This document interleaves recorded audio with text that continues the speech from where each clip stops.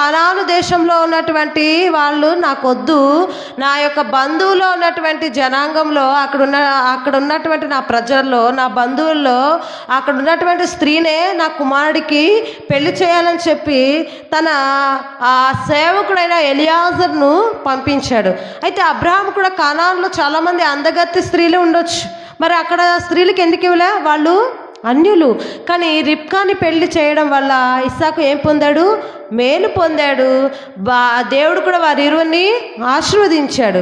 ఇప్పుడు ఈ లోతు భార్య లేకపోతే లోతు వీరిరువురు ఏం చేశారు? ఆ యొక్క సొదొమ గుమరలో ఉన్నటువంటి మనుషులకే ఇచ్చారు. అంటే లోకాన్ని ఎక్కడికి తీసుకొచ్చినామే? కుటుంబంలోకి తీసుకొచ్చింది. మనం కూడా కొన్ని పరిస్థితుల్లో మనం అనుకుంటాం, మన పిల్లలు ఏం చేస్తున్నారో మనం ఆరా తీయు. వాళ్ళు ఎక్కడికి వెళ్ళి వస్తున్నారు, ఏ రోజు వస్తున్నారు, ఏ క్షణం వస్తున్నారు, ఆ బయట వాళ్ళు తిరిగి ఎప్పటికెప్పటికి ఇంటి దగ్గరకు వస్తున్నారు అని కొన్ని కుటుంబాల్లో ఆరా తీరు. వాళ్ళు ఎప్పుడొస్తే అప్పుడు చక్కగా భోజనం పెట్టేస్తారు. భోజనం పెట్టి పడుకో నాయనా అని జో కొడతారు.